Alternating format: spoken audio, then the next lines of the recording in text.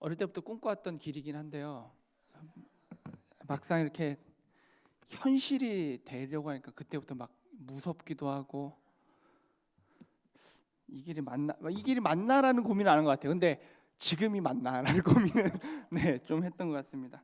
그래도 많이 배려해 주시고 기도해 주셔서요. 목사 안수 잘 받고 돌아왔습니다. 감사드립니다. 우리 기도하시고 우리 말씀 보도록 하겠습니다. 아버지 감사합니다.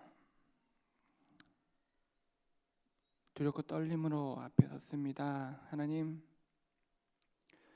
사람의 부족함 가리워 주시고 아버지 이 시간 통해서 아버지께서 보여주신 사랑과 은혜, 예수님을 통해서 보여주신 그 희생이 드러나는 시간 될 수 있도록 인도하여 주시옵소서. 주께서 주실 은혜를 기대합니다. 예수님의 이름으로 기도합니다. 아멘. 제가 여러분께 한 가지 질문을 하도록 하겠습니다. 제가 오늘 말씀을 다 암송을 하셨으니까요. 제가 이 질문을 할 때 무슨 질문인지 아실 거예요. 여러분은 누구 편이십니까? 사실 근데 조금 머뭇대기도 하죠. 우리의 삶을 봤을 때 당당하게 저는 언제나 하나님 편입니다라고 말하고 싶지만 제 삶을 이렇게 돌이켜 보면은 당당하게 말할 수가 있을까라는 고민을 많이 하게 됩니다.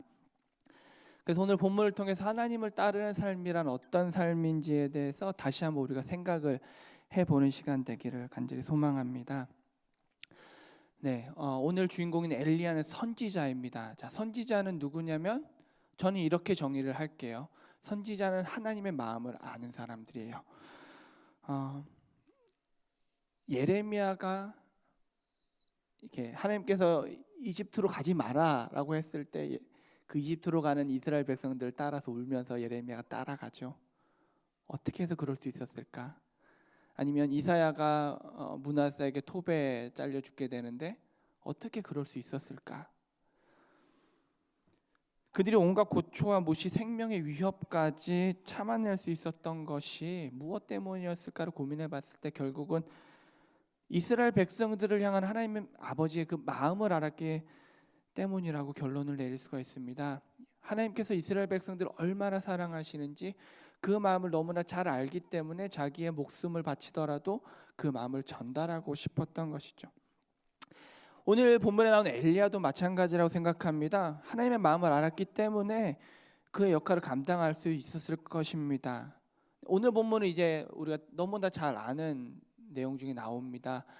엘리야와 바알 아세라 선지자 850명, 850대 1의 싸움을 하는 장면이거든요. 그냥 수치상으로 850대 1이지만 실제로는 몇만 대 1이 될 거예요. 왜냐하면 이스라엘 백성들이 엘리야 편이 아니었거든요. 전부 다 바알을 섬기는 사람들이었거든요. 결국은 엘리야가 알고 있을 때 자기 혼자만 여호와 편에 서서 수만 명을 상대로 싸우는 그런 싸움이었다라는 거죠. 엘리야가 그런 어쩌면 두려웠을지도 모르겠어요. 그런 두려움 가운데 설 수 있었던 것들, 그리고 몇만 대 1의 싸움에서도 당당히 나설 수 있었던 것들, 이스라엘 백성을 향한 하나님의 그 마음을 알았기 때문이 아닐까 생각을 해봅니다. 그래서 오늘 본문은 우리가 다시 한번 생각해 봤을 때 이스라엘 백성들을 향한 하나님의 마음을 나타낸 말씀이라고 볼 수가 있습니다. 우리 다시 한번 우리 오늘 암송 구절 한번 외우거나 읽어보도록 하겠습니다. 열왕기상 18장 21절입니다. 엘리야가 모든 백성에게 가까이 나아가 이르되 너희가 어느 때까지 둘 사이에서 머뭇머뭇하려느냐? 여호와가 만일 하나님이면 그를 따르고 바알이 만일 하나님이면 그를 따를지리라 하니 백성이 말 한마디도 대답하지 아니하는지라. 아멘. 이 말씀이 곧 이스라엘 백성에게 물으시는 하나님의 말씀이시고요. 또한 우리에게 물으시는 하나님의 말씀이고 하나님의 마음입니다. 그런데 우리의 삶이 이렇게 이분법적이지가 않아요. 이렇게 딱 나누기가 쉽지 않습니다. 내가 선이라고 생각했던 어떤 일들이 상대방이 봤을 때 악이 될 수가 있고요. 그리고 내가 누구를 악하다고 판단을 할 때도 그 사람이 누군가에겐 선한 사람일 수도 있어요. 선과 악이 딱딱 나눠지지 않고 맞물려 돌아가고 있는 사회를 살아갑니다. 그래서 우리가 어떻게 살아야 될지 참 힘들 때도 있고, 어떤 게 선이지 어떤 것이 하나님의 뜻일까에 대해서 많이 고민을 하게 되고 결론을 못 내릴 때도 많습니다. 그런데 기독교적인 가치관 안에서는 그렇지가 않습니다. 기독교적인 세계관에서는 단 두 가지만 존재합니다. 하나님을 아는 사람과 하나님을 모르는 사람. 조금 더 구체적으로 가면요, 하나님의 마음을 깨달은 사람과 하나님의 마음이 무엇인지 깨닫지 못한 사람. 또 이렇게 표현할 수가 있어요. 구원받은 사람과 구원받지 못한 사람. 기독교적인 가치관 안에서는 이렇게 두 가지만 존재하게 됩니다. 이렇게 표현을 또 해볼 수가 있을 것 같아요. 이 표현이 맞는지는 모르겠지만 우리가 흔히 표현하는 표현으로 세속적 가치관, 세속적 세계관과 기독교적 세계관. 오늘 본문 말씀으로 하자면 바알과 여호와. 세계관이라면 사람이나 개인이나 집단이 세상을 바라보는 관점을 의미합니다. 기독교인이라고 했을 때, 구원받은 사람이라고 했을 때, 하나님의 마음을 깨달은 사람이라고 했을 때, 그 사람들은 이 세상을 바라볼 때 하나님이라는 렌즈를 통해서, 또는 성경이라는 렌즈를 통해서, 믿음이라는 렌즈를 통해서 이 세상을 바라봅니다. 그렇기 때문에 오늘 본문 말씀 우리 삶에 적용한다라면, 오늘 본문 말씀은 단순히 우리의 삶의 행동 양식들을 변화시키라는 말이 아닙니다. 단지 우리의 삶의 모습들을 바꾸라는 말이 아닙니다. 오늘 보면 18장 뒷부분의 39절 40절의 말씀을 보면 또 우리가 잘 아는 내용들이에요. 이스라엘 백성들은요, 엘리야가 쌓은 제단에 여호와의 불이 내려서 모든 제물들을 완전히 태우는 걸 보고 엎드립니다. 그리고 바알의 선지자들을 잡아요. 엘리야가 바알의 선지자를 잡으라고 했을 때 그 말에 순종해서 바알의 선지자들을 잡습니다. 그리고 엘리야는 그 선지자들 다 죽입니다. 얼핏 봤을 때 이 이스라엘 백성들이 이 하나님께서 임하시는 영광의 그 모습들을 보고, 기적의 모습들을 보고 되돌아온 것 같아요. 근데 실제로 그 뒷부분까지 쭉 읽어보면요, 이스라엘 백성들은 돌아오지 않았어요. 얼핏 봤을 때 그들의 삶이 하나님께로 돌아온 것 같았지만 실제로 그 삶이 변하지 않았다라는 거죠. 그들은 단지 그들의 그 고백과 행동들은 그냥 기적을 체험하고 나서 일시적인 변화였을 뿐, 삶이 변하는 세계관의 변화, 가치관의 변화까지는 오지 않았다라는 거죠. 19장까지 가면 이제 엘리야가 살해 위협에 처합니다. 이세벨이 죽여버리겠다고 하니까 이제 숨어요. 이때 바알 선지자들을 잡았던 이스라엘 백성들은 어디 갔을까요? 정말로 그들의 삶이 변했다면 모르겠어요. 그냥 상상하는 거지만 엘리야가 그렇게 막 너무 두려움에 떨지 않았어도 될 것 같아요. 왜냐하면 이스라엘 백성들이 하나님께 돌아왔거든요. 그러면 이세벨이 잘못된 게 완전히 드러나는데도 아무도 도와주지 않고 엘리야는 숨어 들어거든요. 그런 걸 봤을 때 이스라엘 백성들은 이 사건을 통해서 하나님께로 돌아오지 않았음을 알 수가 있어요. 단지 그 두려움이나 기적 때문에 잠깐 그들의 행동이 변했던 것이죠. 그래서 오늘 본문 말씀을 우리가 조금 더 주의 깊게 살펴본다라면, 단지 오늘 말씀 우리의 행동을 변화시키라는 얘기보다는 니네 세계관, 우리의 세계관, 우리의 가치관, 우리의 마음의 변화를 요구하는 것입니다. 하나님 우리를 얼마나 사랑하시는지 그 마음을 알고 나면 타협할 수가 없어요. 우리와 함께하고자 하시는 그 하나님의 그 간절한 마음을 알면요, 우리의 삶의 모든 것이 변하게 됩니다. 단지 행동만 변하는 게 아니에요. 가치관이 변한다는 것은 우리 삶의 모든 양식들과 형태가 달라지는 것을 의미합니다. 단지 내가 어떤 기적을 체험한다라거나 어떠한 능력을 체험해서 그 자리에서 변화되는 것, 그것뿐만이 아니라 내 삶의 모든 영역이 완전히 180도 뒤집어지게 되는 거거든요. 우리의 가치관이 하나님께로 완벽히 고정이 되어 있다라면 오늘 본문의 이스라엘 백성들처럼 머뭇머뭇할 수가 없습니다. 머뭇머뭇한다라는 것을 원어로 봤을 때 춤춘다라는 의미가 있거든요. 그래서 오늘 제목을 한번 그렇게 잡아봤어요. 두 가지 가치관 안에서 춤출 때. 바알의 가치관과 여호와의 가치관 안에서 춤출 때,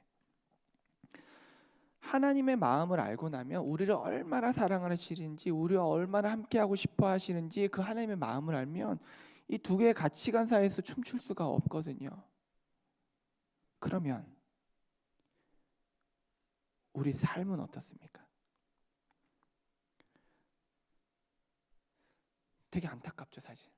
이걸 알겠는데 우리의 삶을 이렇게 살펴보면 여전히 춤추고 있거든요. 여전히 바알과 여호와 사이로 왔다 갔다 하면서 양다리를 걸치고 있거든요. 어떨 때는 내가 정말 하나님만 섬기는 것 같은데 또 보면 살짝 발 걸치고 있고, 그런 우리의 삶을 발견할 때마다 자괴감에 빠지기도 하고요. 사람의 한계가 이거밖에 안 되는 것인가, 뭐 이런 한계를 느끼기도 합니다. 어쩌면 우리가 평생 가지고 가야 할 고민인 것 같기도 해요. 그런데 이 딜레마를 극복할 수가 있거든요. 그리고 우리는 이 딜레마를 극복해야만 하고요. 그래서 오늘가 조금 더 우리가 뒷부분을 좀 더 봤으면 좋겠습니다. 그래서 엘리야가 850대 1의 싸움을 하고서요, 말했듯이 이세벨의 살해 위협을 받고선 숨어요. 그때 모습을 한번 봤으면 좋겠습니다. 850대 1의 싸움을 승리하고도 엘리야가 자신의 목숨을 지키기 위해서 숨어있는 장면을 통해서 우리는 위로를 받을 수 있고요, 또 희망을 볼 수가 있습니다. 하나님께 차라리 죽여달라고 하는 그 모습, 방금 전에 850대 1을 당당하게 이겼는데 바로 하나님께 죽여달라고 하는 그 모습, 그의 모습을 통해서 우리는 위로를 얻을 수가 있고요, 또 하나님의 마음을 깨달을 수가 있습니다. 같이 읽어보도록 하겠습니다. 열왕기상 19장 4절과 14절입니다. 읽도록 하겠습니다. 자기 자신은 광야로 들어가 하룻길쯤 가서 한 로뎀나무 아래에 앉아서 자기가 죽기를 원하여 이르되 여호와여, 넉넉하오니 지금 내 생명을 거두시옵소서. 나는 내 조상들보다 낫지 못하니이다 하고, 그가 대답하되 내가 만군의 하나님 여호와께 열심히 유별하오니 이는 이스라엘 자손이 주의 언약을 버리고 주의 제단을 헐며 칼로 주의 선지자들을 죽였음이오며 오직 나만 남았거늘 그들이 내 생명을 찾아 빼앗으려 하나이다. 아멘.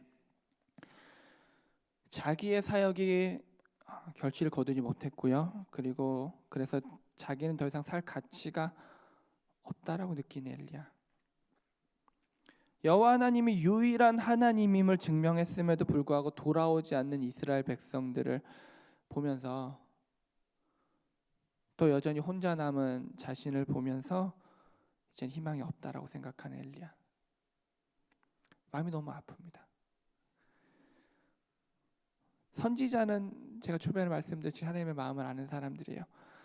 하나님의 그 사랑을 알기 때문에 목숨을 걸고 일을 했거든요. 하나님이 이스라엘 백성들 얼마나 사랑하시는지 알기 때문에, 얼마나 다시 그 관계를 회복하고 싶어 하시는지 알기 때문에 엘리야는 목숨 걸고 싸웠거든요. 근데 아무 열매도 못 본 거예요. 그래서 자괴감에 빠집니다. 그리고 하나님한테 차라리 죽여달라고 하죠.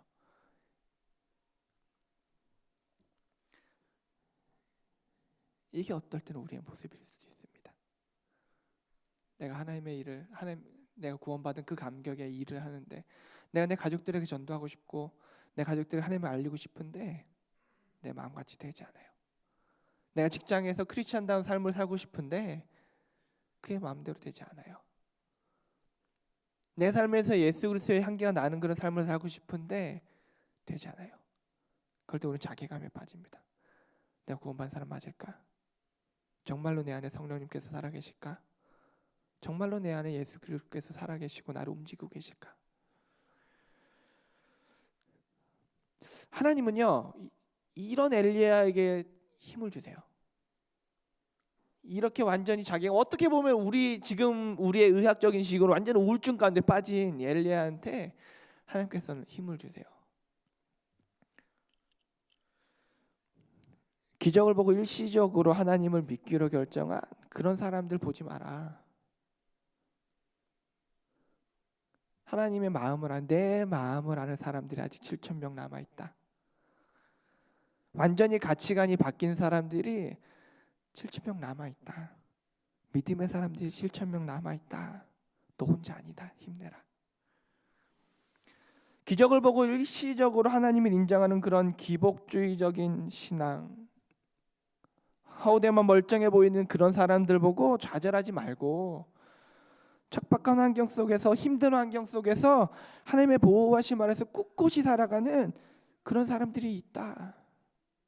그런 사람들과 함께 살아라. 우리가요, 살다 보면 두 가지 가치관에서 계속 춤춥니다. 우리가 구원받았다고 확신하고요, 내 안에 성령님께서 살아계신 우리가 느끼지만 때론 우리 두 가지 가치관에서 우리도 춤추게 돼요. 두 가지 중 하나입니다. 하나는요, 이스라엘 백성들처럼 하나님의 사랑을 아예 모르거나, 그냥 모르는데 자기가 안다고 생각하는 것, 아예 모르거나, 아니면 엘리야처럼 어떤 이유로 인해서 잠시 잊었거나. 전자의 경우는요, 하나님의 사랑을 아직 모를 경우에는요, 그냥 하나님 앞에 나가셔서 구원의 문제를 점검하셔야 돼요. 먼저 내가 하나님, 저 구원받은 사람 맞나요? 두 번째 경우에는요, 하나님 앞에 가서 회복받아야 될 사람들입니다. 어찌됐든 결론은 하나인 것 같아요. 내 힘으로 할 수가 없어요. 내 힘으로는요, 이 두 가지의 가치관에서 춤추는 이 나를 붙잡을 수가 없어요. 내 힘으로는요, 이 구원의 문제들, 내 삶의 어려움의 문제들, 이 고민들을 해결할 방법이 없다라는 거죠. 이 두 가지 다의 공통점은 그냥 내가 하나님 앞에 나가서 그냥 다 내려놓아야 된다라는 것입니다. 그래서 우리가 이 두 가지의 가치관, 세속적인 가치관과 하나님 믿는 그 가치관 안에서, 바알과 여호와의 가치관 안에서 우리가 춤을 추는 그 나를 발견했을 때 우리의 기도는요, 하나님 이겨낼 힘을 주세요가 아니라 엘리야처럼 기도했으면 좋겠어요. 뭐 죽여달라는 거 말고요, 엘리야처럼 하나님 저 할 수 없어요. 하나님 제가 할 수 있는 게 아니네요. 하나님 제가 지금까지 많이 노력해 봤는데요, 하나님 저희 춤추는 거 멈출 수가 없어요.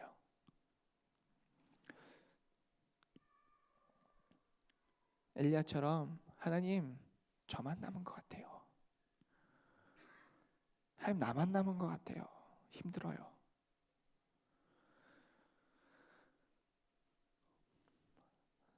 사람의 힘으로 할 수 없는 거 하나님 아시잖아요. 그래서 하나님께서는 우리에게 선물을 보내주셨잖아요. 우리의 힘으로 그것을 이겨낼 방법이 없음을 아시기 때문에 하나님께서는 자기 아들을 보내셔서 우리 대신 죽이시고 다시 한번 그 회복할 수 있는 길을 마련해 주셨잖아요. 우리의 힘으로 850대 1 싸움을 싸울 수 없다는 거 하나님 너무 잘 아시니까 예수님 통해서 대신 싸워주셨고요, 벌써 승리하셨잖아요. 다들 아시겠지만 율법을 하나님께서 우리에게 주신 이유는요, 그 율법을 지켜서 네가 열심히 지켜서 구원받아라가 아니라 그 율법을 네가 지켜봐라, 그 네가 안 된다는 거 깨달으라 잖아요. 내가 율법을 지키다 노력해도 안 된다는 걸 깨닫고요, 아, 인간의 한계가 여기구나, 사람의 한계가 여기구나, 우리의 힘으로 구원의 문제를 해결할 방법이 없구나, 우리의 힘으로 이 바알과 여호와 사이에 춤추는 이것들을 멈출 방법이 없구나, 이걸 깨달으라고 주셨잖아요. 오늘 하나님께서 우리에게 주신 이 말씀, 우리가 암송하고 있는 이 말씀은요, 엘리야가 이스라엘 백성들에게 물을 때처럼 하나님께서 우리에게 물으시는 거예요. 너 언제까지 바알과 나 사이에서 머뭇할 거니? 언제까지 바알과 나 사이에서 춤출 거니? 이때 머뭇거리고 있는, 대답하지 못하는 나 자신을 발견하고 뼈저리게 느끼고 하나님 앞에 엎드리라고 말씀하시는 겁니다. 우리 한계를 뼈저리게 느끼면 느낄수록 아버지 저 할 수 없어요. 그리고 우리가 이렇게 기도할 때 예수님께서 우리 위해 죽으시고 부활하심이 실제가 돼요. 그래서 우리의 삶을 인도하시는 것이 보이게 됩니다. 그래서 이 바알과 여호와의 이 세계관 안에서 춤추는 나를 발견했을 때 한편으로 자괴감이 들고 나 이거밖에 안 되나라는 너무 부족하다는 뼈저리게 나약함을 느끼면서도 또 한편으로는 그래서 희망이 생기고 그래서 기쁨이 생기고 그래서 미래 천국에 대한 소망이 생긴다는 것을 믿으시기를 바랍니다. 우리가 하나님 앞에서 우리의 나약함을 인정하고 하나님께서 일하심을 간구할 때 그제서야 보이는 것이 있습니다. 그제서야 하나님께서 일하시는 것이 보여요. 그제서야 죽기를 간구했던 엘리야에게 희망을 주시는 하나님의 그 마음과 그 안타까움과 그 사랑이 보이기 시작합니다. 그리고 하나님께서 내 삶을 움직이시는 것이 보이기 시작합니다. 그리고 다시 일어날 힘이 생깁니다. 다시 한번 묻겠습니다. 아직도 세속적 가치관과 기독교적 가치관 안에서 춤추고 계십니까? 세상 그것보다 어려운 일 없습니다. 사실 우리가 그리스도인이 된다는 것, 더 이상 자기 자신을 위해서 살지 않고 나를 위해 죽으신 하나님의 아들을 믿는 믿음 안에서 산다라는 것은 이 세계관의 변화를 의미합니다. 발걸치는 것이 아니라. 혹시 아직 두 개의 가치관 사이에서 춤추고 계신 분이 계시다면 진지하게 예수님의 십자가 앞에서 무릎을 꿇으시기를 바랍니다. 그리고 방황 중인 분이 계시다면 다시금 위로하심을 구하시기를 바랍니다. 우리는 예수 그리스도의 보혈로 다시 태어난 사람들입니다. 두 개의 가치관 사이에서 춤추고 있을 사람들이 아닙니다. 춤춰서도 안 되고 춤출 수도 없는 사람들입니다. 그래서 정말 하나님 앞에 엎드려서 우리가 하나님의 사랑과 하나님의 인도하심을 구하는 우리의 삶이 되기를 간절히 소망합니다. 그래서 나중에 하나님 앞에 갔을 때에 잘하도다 착하고 충성된 종아 너는 내 사랑하는 아들이다 딸이다 그렇게 칭찬받는 우리 주님에게 성도님들 되시기를 그리고 제가 되기를 간절히 소망합니다. 기도하겠습니다.